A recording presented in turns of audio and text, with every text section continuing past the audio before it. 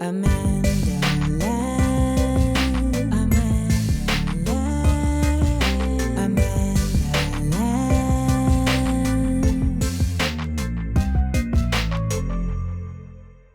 Giving you Africa, giving you Africa, giving you Africa. I got this in Togo.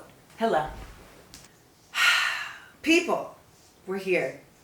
We've got another episode of Views from AmandaLand, and luckily we have wonderful questions from you all because you have been giving us them in abundance. And so thus I feel compelled to share the abundance of information, of insight, and, jokes that I have. So let's get into it. Giving you Africa. How you doing, Amanda? Do you have any tips or suggestions for someone unlearning passive-aggressive behavior? Surfia, Atlanta, Georgia. Well, first off, Sarah, if it's about you unlearning passive-aggressive behavior, kudos for identifying that that's some shit you need to get out of your system. First, we have to identify what passive aggression is. In a nutshell, passive aggression is basically not all up in your face, but it's still up in the space. Some examples, like Left Eye burning down Andre Rison's house. Oh. That is aggression. Passive aggression is when Mariah Carey acted like she didn't know who J-Lo was. Und was ist mit J-Lo? Die kenne ich nicht. Aggression, how racism shows up all over America in our institutions.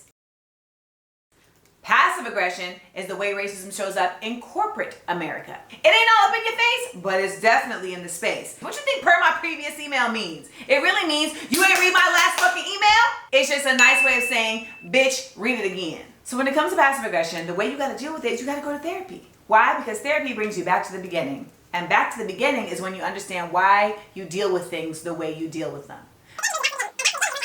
Pro tip, pro tip. This therapy brings you back to the beginning. And back to the beginning is when you understand why you deal with things the way you deal with them. Ultimately, aggression can't be a part of anything that we're doing. Now, there's something called refined rage. I'm all about that. But aggression is all over the place. It's anger that's eating you. And whether you're presenting it passively or whether you're presenting it directly, it's hurting you and everybody around you. What's up, Amanda? There are so many voices coming at me on social media, and I'm not sure who to listen to. At what point does activism become Hotepism? Josiah Martin, Lawrence, Indiana. This is a great question. Because yes, social media has become an equalizer for everybody to just say whatever they want to say. Chocolate queens, don't get mad because they was African vanilla. Relax. In my opinion, activism becomes Hotepism when it becomes exclusionary and extremism. Hotepism starts off on the right foot. You be like, yes, okay, I hear what you're saying. Nope, okay.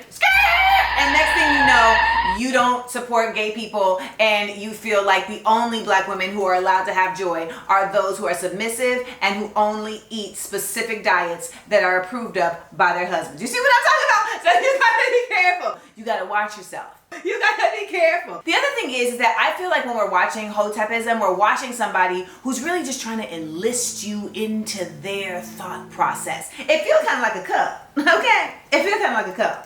So you gotta be watchful. You gotta be mindful of if someone is really just trying to encourage you to think for yourself or if they're simply trying to encourage you to think like them. You know what I will say though? I love me some Hotep humor. Like these memes right here. I think this is my favorite thing. This is my favorite thing. The laser eyes. This is my favorite thing. So just pay attention. Be watchful. And if they have gratuitous kente, that's also a sign. Black, y'all, and I'm black, y'all, and I'm blacker than black, and I'm...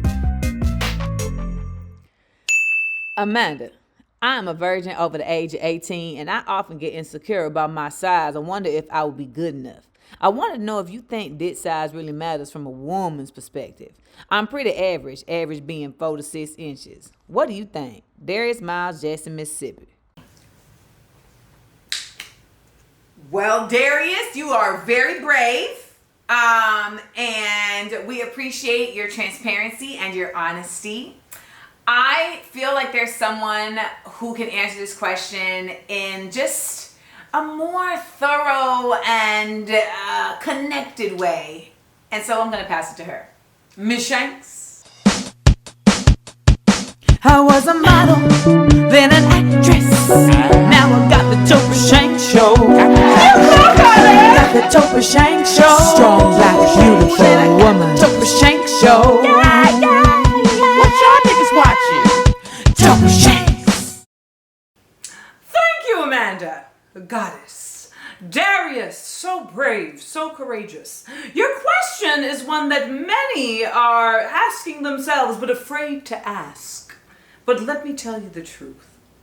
Women come in all different flavors, sizes, thought processes. The vagina is the same. It has different lengths, it has different desires, it has different sensations. So, when we're talking about dick size or penis size or Johnson size, what we have to remember to emphasize is that everyone has a different desire.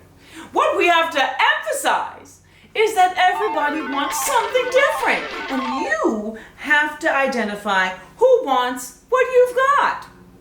Now, some women, they want it gigantic. Some women, they want it just comfortable, okay? Just comfortable, just comfortable. Some women don't want it at all. They don't want it at all. You know what they want? A little chow. That's what they want. That's all they want. That's all they want. You know what they say also? It's not the size of the wave, but the motion of the ocean. And take it from somebody who was a model and an actress. There's all different ways that you can make waves.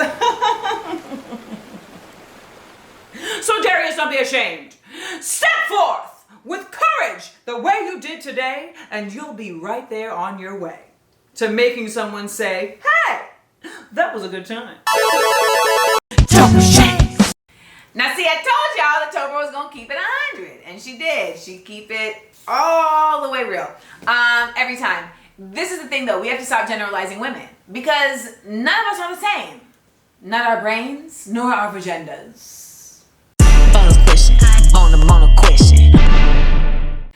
So this episode's bonus question comes to you from Style Wars. Now, Style Wars is a documentary that went down in the 80s and basically chronicled the graffiti movement that was going on in the Northeast, specifically in New York and Philly. And I love this documentary because it's not just about graffiti, it's actually about hip-hop in general, because it does talk about breaking, it does talk about MCing, it does talk about DJing, but graffiti is kind of like the main focus. And I am a hip-hop enthusiast, not just rap, but the whole culture. And so what I love about Style Wars is just really authentic and grounds you in that time. As I said, all you see is, and then, big, block silver letters that said crime in the city, right? Is that an art form? I don't know. I'm not an art critic.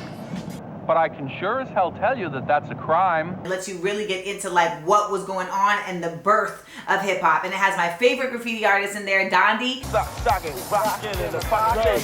That girl front of train. Took it to the doctor, so I'm on again. You all know. And it also has DJ K Slay back when he was a graffiti artist. So if you're a true hip hop head, you've either seen Style Wars or you gonna make sure you do. Hey Amanda, if Jeff Bezos invited you to space, would you go with him? Talia Davis, Albany, New York. The quick answer is no.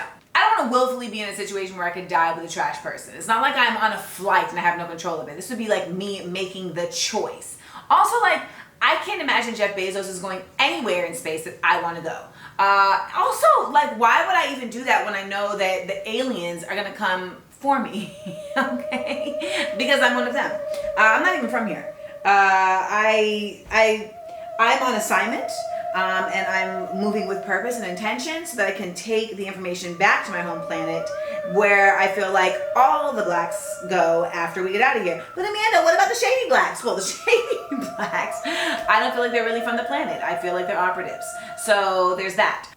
Oh, Earth is ghetto, I want to leave, won't you please come beat me up on the street. Yeah, she made a hit with that. She did. She made a hit. But when it comes down to it, the fact of the matter is, I get motion sickness just looking at Instagram in a car. So I can't even handle like the G-force of being on a spaceship with Jeff Bezos, which is why I have to wait for my own ship to come, because my peoples already know that, and so thus it will be outfitted for me specifically. How about y'all? Would you go to space with Jeff Bezos if he asked you to? What would y'all talk about? What would you do? Why y'all on the ship? What you think is gonna happen? Let me know. It sounds like a movie is what it does. It's like, money don't make you an astronaut. So I don't know how this is really going down. Did he even really go in that dick-shaped ship? And now for your bedtime tea.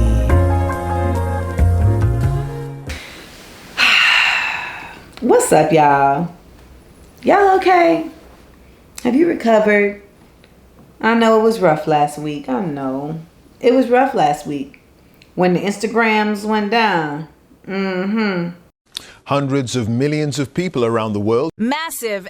Billions of users using some of the most popular social media sites, Facebook, Instagram and WhatsApp down For hours. in a major Mysterious. global blackout. Suggests that it's something right at the heart of that social media giant that's gone horribly wrong. People reacted to Instagram going down in various ways. Oh, Instagram is down. Refresh. Well, guess it's back to Twitter.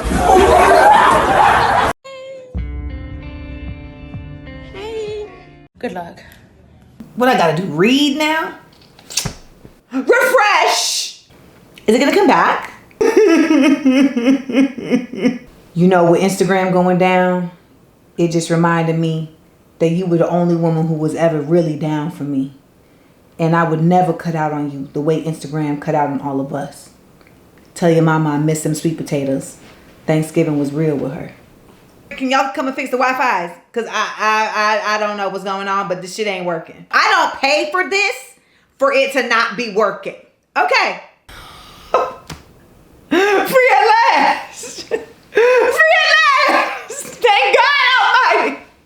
I'm free at last. Whew. Well, time to start my new life. People were in shambles. People were questioning the future of so many things because so many folks have created full identities by just being on these apps. In some cases, not even engaging, but just by lurking. It's time for the lurkulator. It's time for the lurkulator. You have to ask yourself some serious questions.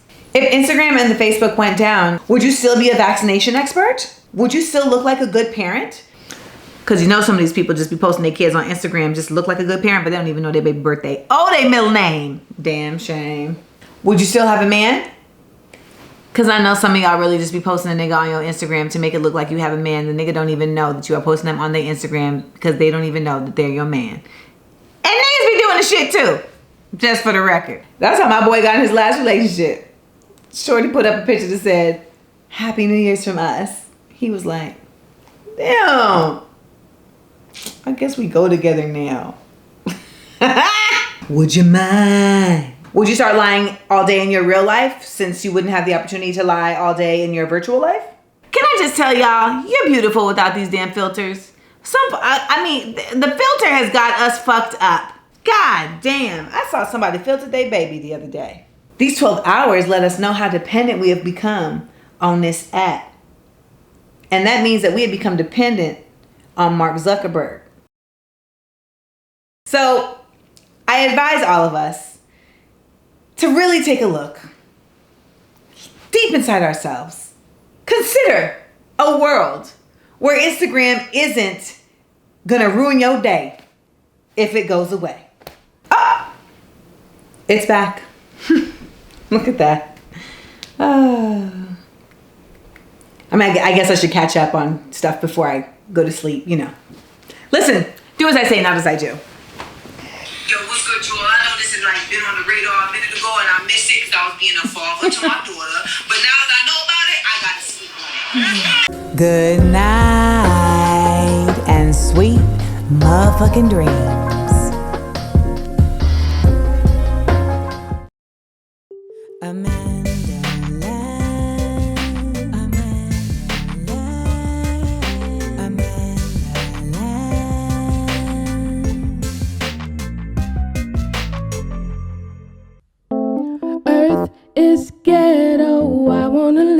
can you beam me up? I'm out on the street by the corner store, you know, the one on 15th. Got a bright shirt on, so I'm easy to see. Smart funny and it's dumb easy to support black women.